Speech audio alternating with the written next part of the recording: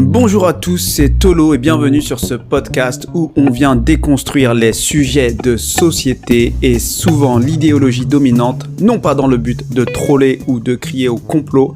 mais pour éveiller les futurs leaders conscients, disruptifs et impactants qui vont déconstruire le monde d'aujourd'hui et construire le monde de demain.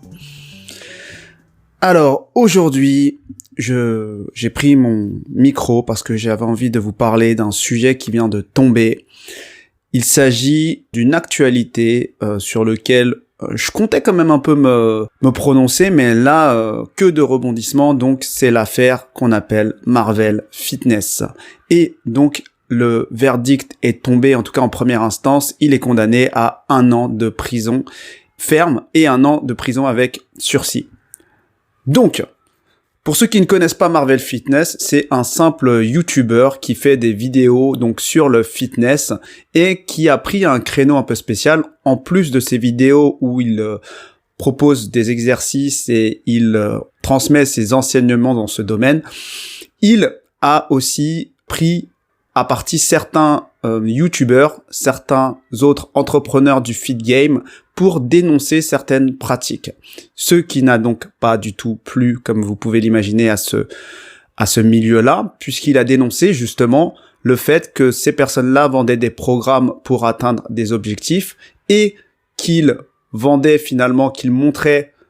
comme résultat leur corps à eux, qui peuvent être des corps assez exceptionnels, mais ce qu'ils ne disent pas, c'est qu'ils ont eux usé de substances et que finalement le programme qu'ils vendent ne peut pas permettre à certains de leurs clients d'atteindre les mêmes résultats qu'eux, sachant que eux se sont dopés. Et donc, il a pris ce créneau-là pour dénoncer donc ces entrepreneurs-là, et il a quelque part à un certain niveau éduqué toute la YouTube sphère sur qui est dopé et qui n'est pas dopé et comment le reconnaître. Donc quelque part, il y a des vertus extrêmement éducatives, sauf que dans toutes ces histoires-là, il a eu quelques altercations avec certaines personnes. Donc il y a eu plusieurs affaires, et comme c'est quelqu'un qui a sa personnalité, et on peut dire que c'est un mec de banlieue qui ouvre sa gueule et qui ne se la ferme pas et qui ne se soumet pas, il a répondu point par point à toutes ces attaques, toujours de manière assez juste, mais en tout cas, il ne s'est pas soumis. Et donc, je pense que à un certain niveau, et c'est pour ça que je fais ce podcast-là, c'est qu'on a ici un insoumis qui s'est révolté contre un système, et dans ce système, il y a des personnes qui ont le bras très très long. Donc, comme il a attaqué beaucoup de personnes, puisqu'il y a beaucoup de personnes qui se font, c'est un énorme business, hein. Le fit game est un énorme business, et donc il y a beaucoup de personnes qui se font beaucoup d'argent, d'autres personnes qui espèrent se faire beaucoup d'argent, et donc pour eux c'est quand même leur gagne-pain. Et donc la question ici que je pose et qui est intéressante, donc je prends l'exemple de Marvel Fitness, mais en vérité c'est quelque chose qu'on peut transposer à beaucoup d'autres domaines, notamment pour ceux qui ont senti l'énergie, le domaine de l'entrepreneuriat et de l'indépendance financière, où beaucoup de personnes, finalement, nous montrent des résultats, mais on ne sait pas exactement comment, si ces résultats sont vrais d'une part. À la limite, le corps d'une personne peut parler de manière visuelle, mais par contre, des screenshots ou d'autres sortes de preuves sociales peuvent être complètement trafiquées. Et donc, on a ce même, finalement, débat un peu partout, sauf que lui est allé au bout de sa démarche et a dénoncé tout le monde indépendamment des conséquences. Et lui, qui venait d'arriver dans ce fit game, s'est fait un nom finalement un peu comme ça, et il n'avait absolument rien à perdre à dénoncer, et comme il disait, lui vient prendre son argent. Et donc, ce qui m'intéresse ici, c'est pas vraiment le cas de Marvel Fitness, mais même si clairement, on va se le dire, ça m'a choqué. Vraiment, je me suis levé ce matin, j'ai appris ça, je me suis dit, oula, on a passé un niveau. Mais c'est surtout les méthodes employées et l'énergie qu'il y a derrière, ceux qui vont finalement porter plainte et obtenir des condamnations, et l'énergie qu'il y a derrière aussi, c'est quelque part ces insoumis. Parce que pour moi, c'est vraiment ça, la véritable lutte des classes qu'il existe aujourd'hui, c'est qu'il y a un peuple qui dénonce des pratiques d'une certaine élite, quelque part à un certain niveau, enfin un certain groupe de personnes qui tirent des profits sur le peuple qui va acheter ou qui va être utilisé à certaines fins, on va dire. Et de l'autre côté, il y a des personnes qui vont se rebeller contre ça. Donc il y a les personnes qui profitent et les personnes qui se rebellent, et on voit bien que les personnes qui profitent et qui ne veulent pas voir leur business finalement impacté, en vérité, elles commencent à user de méthodes qui sont assez finalement mafieuses. Et donc déjà la première question c'est, est-ce qu'il est bon de dénoncer des vérités lorsque certaines pratiques dépassent certaines limites morales, même si les limites morales dépendent en fonction des personnes, mais est-ce qu'on ne doit pas pouvoir exprimer son opinion par rapport à ces limites morales qui sont dépassées? Est-ce que c'est légitime ce qu'il a fait Marvel Fitness en dénonçant le fait que certaines personnes étaient dopées et qu'elles ne le disaient pas et que ça vendait du rêve à d'autres? Est-ce que ça c'est légitime? Donc ça, c'est vraiment une question déjà sur lesquelles les personnes divergent. Parce que certains, ils vont avoir dans cet état d'esprit très business, laisse-moi faire mon business, ce n'est pas ton problème. Et à d'autres niveaux, et c'est pour ça que c'est très important d'en parler, et c'est pour ça que c'est vraiment des valeurs aujourd'hui qui vont s'affronter, et Marvel Fitness, quelque part, défend des valeurs, et c'est pour ça qu'il a cette vague de soutien, parce qu'on ne peut pas empêcher les gens d'éduquer, même si, évidemment, il est imprégné de ses valeurs à lui, mais il dit des faits, répond sur les faits. Donc, ce qu'on retrouve dans un certain niveau, c'est ce que je viens d'expliquer, mais à un autre niveau, il faut bien comprendre qu'il y a vraiment des secrets de polichinelle dans certains groupes, notamment dans les entrepreneurs, dans les marketeurs, dans le fitness. Dans le fitness, évidemment, c'est le dopage. Mais j'ai envie de citer un autre cas, c'est le cas des humoristes. Et ça a été un secret de polichinelle, et c'est Copy Comics, donc évidemment, je pense que tout le monde connaît, qui a finalement jeté un pavé dans la mare et a dénoncé les pratiques de ces humoristes qui copiaient mot pour mot les sketchs des Américains. Copy Comics, en fait, à un certain niveau, c'est un peu le Marvel Fitness de l'humour. Il vient là pour dénoncer, sauf que lui, il l'a fait de manière complètement anonyme, et heureusement pour lui, parce que là, il y a vraiment du réseau très très lourd qui veut sa peau à Copy Comics. Donc, c'est ça le truc, c'est que d'un côté, on a des vérités qui sont non dites de la part de certains entrepreneurs, et qu'on a des gens qui vont en tout cas dénoncer certaines choses, et de l'autre côté, à un autre niveau encore plus élevé, parfois c'est un secret de polichinelle et tout le monde se tait parce que c'est le meilleur business pour tout le monde. Et dans ce cas-là, Marvel Fitness, comme lui n'était pas dopé, c'était pas son business, donc il l'a fait. Alors que d'autres humoristes, ils se disent peut-être que eux aussi un jour auront recours au vol de vannes, et donc je sais pas pourquoi personne n'a dénoncé. Et donc on est face pour moi à des valeurs littéralement qui s'affrontent, et j'ai envie d'embrayer quelque part sur cet autre sujet, qui est complètement la suite, mais qui sont ces personnes, du coup, qui viennent attaquer les personnes qui les dénoncent et quelles méthodes elles utilisent. Et c'est là que moi je trouve ça très intéressant, parce que c'est symptomatique de notre société, et il y a un côté extrêmement pas viril, sournois, fourbe dans les méthodes employées, et ça a été évidemment le cas pour Marvel Fitness, où des personnes ont prétendu s'être fait harceler, que certaines dick pics ont été envoyées de la part de Marvel Fitness à ses Instagrammeuses, YouTubeuses, alors que tout était faux, tout a été photoshopé, etc. Et ça a été démontré. Et donc c'est vraiment cet usage de la fourberie et ne pas finalement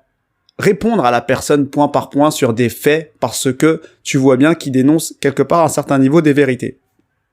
Et donc quand des vérités sont énoncées et qu'on ne peut pas y répondre sur les faits, on se met à utiliser des techniques finalement de fourbe, et ce que je dis, c'est des techniques mafieuses, au point que une des personnes a carrément embauché quelqu'un pour le passer à tabac. Sauf que la personne qui devait le passer à tabac n'a pas voulu le faire, et donc a appelé Marvel Fitness pour lui dire qu'il n'allait pas faire ce pourquoi il était mandaté. Et donc ça, c'est quelque chose, là on est dans le cas de Marvel Fitness et je le prends exprès pour exemple, mais c'est des pratiques que l'on retrouve partout au niveau de nos élites et de nos gouvernements,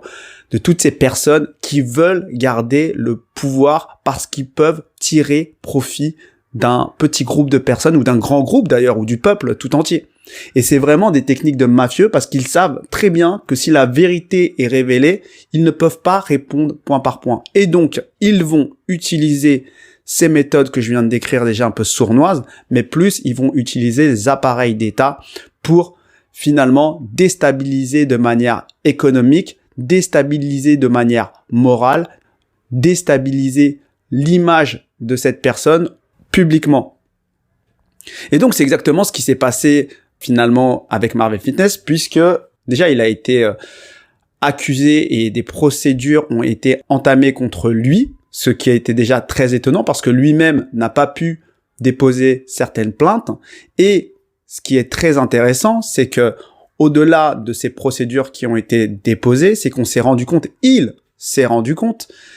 que c'était extrêmement dur pour lui de se défendre parce que effectivement, dans les documents qui ont été signés dans les plaintes, apparemment apparaîtraient 3 petits points qui seraient le signe de la franc-maçonnerie. Et aucun avocat n'a voulu défendre Marvel Fitness et ça a été extrêmement dur pour lui de trouver un avocat. Et ça, c'est quelque chose de très important et que lui a mis en lumière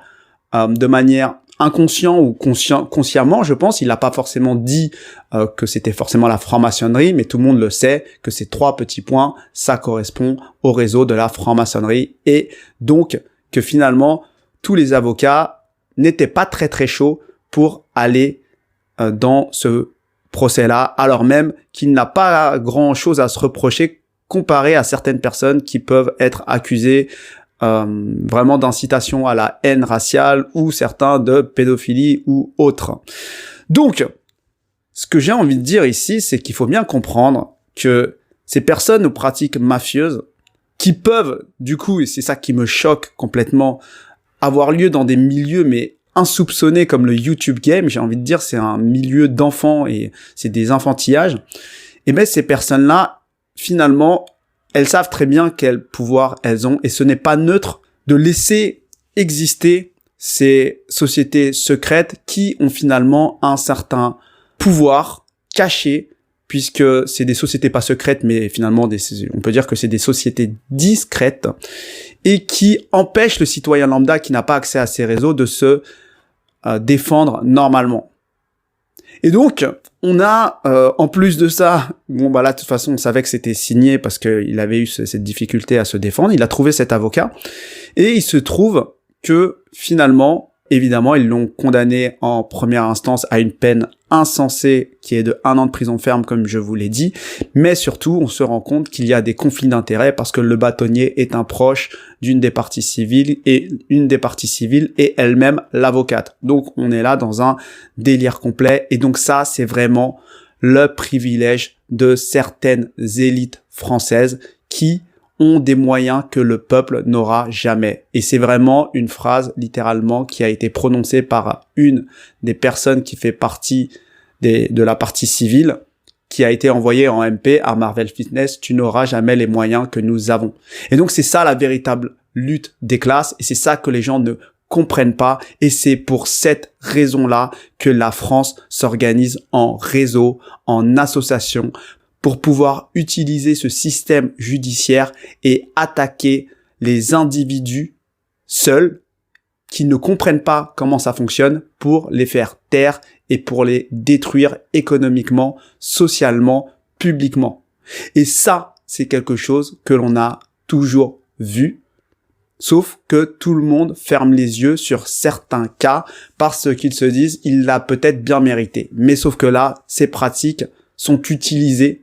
dans des situations mais complètement ridicules comme celle de certains youtubeurs. Mais c'est une réalité et aujourd'hui, tout le YouTube game, tout le fitness game, tout le Insta game, et même moi qui en fais pas partie, je suis choqué. Parce que c'est un mec qui est cool, ça aurait pu être un pote à moi, c'est un mec qui porte des valeurs, qui ne se soumet pas, qui vient éduquer une communauté même au-delà du fitness. Il a fait des vidéos incroyables avec son acolyte sur des sujets politiques pour éveiller le peuple. Et donc là, je suis choqué que ça en arrive là. Et c'est signé, les pratiques, elles sont signées, c'est fourbe, c'est mafieux. Enfin, je n'ai pas de mots. Et donc, en tout cas, à travers cette histoire, c'était pour vous raconter un peu comment ça se passe et que vous compreniez ce qu'il se passe pour les personnes qui osent parler en France. Donc, si à ce niveau-là du YouTube Game, on arrive à avoir ce type de conséquences, je vous laisse imaginer ce qu'il peut se passer pour quelqu'un qui défie l'État, ou qui défie une communauté, ou qui défie une religion, ou qui défie un groupe avec une préférence sexuelle ou autre, ou qui défie n'importe quelle communauté qui puisse s'organiser. Voilà ce que j'avais envie de vous partager. C'est un sujet qui me tenait à cœur, qui n'était pas du tout prévu. Mais en tout cas, si vous avez des commentaires, si vous souhaitez partager sur ce sujet, n'hésitez pas. C'est important pour moi que les personnes s'éduquent sur ce qu'il peut se passer dans l'envers du décor de la liberté, soi-disant, d'expression en France. Et je vous souhaite en tout cas à tous une bonne journée et à bientôt.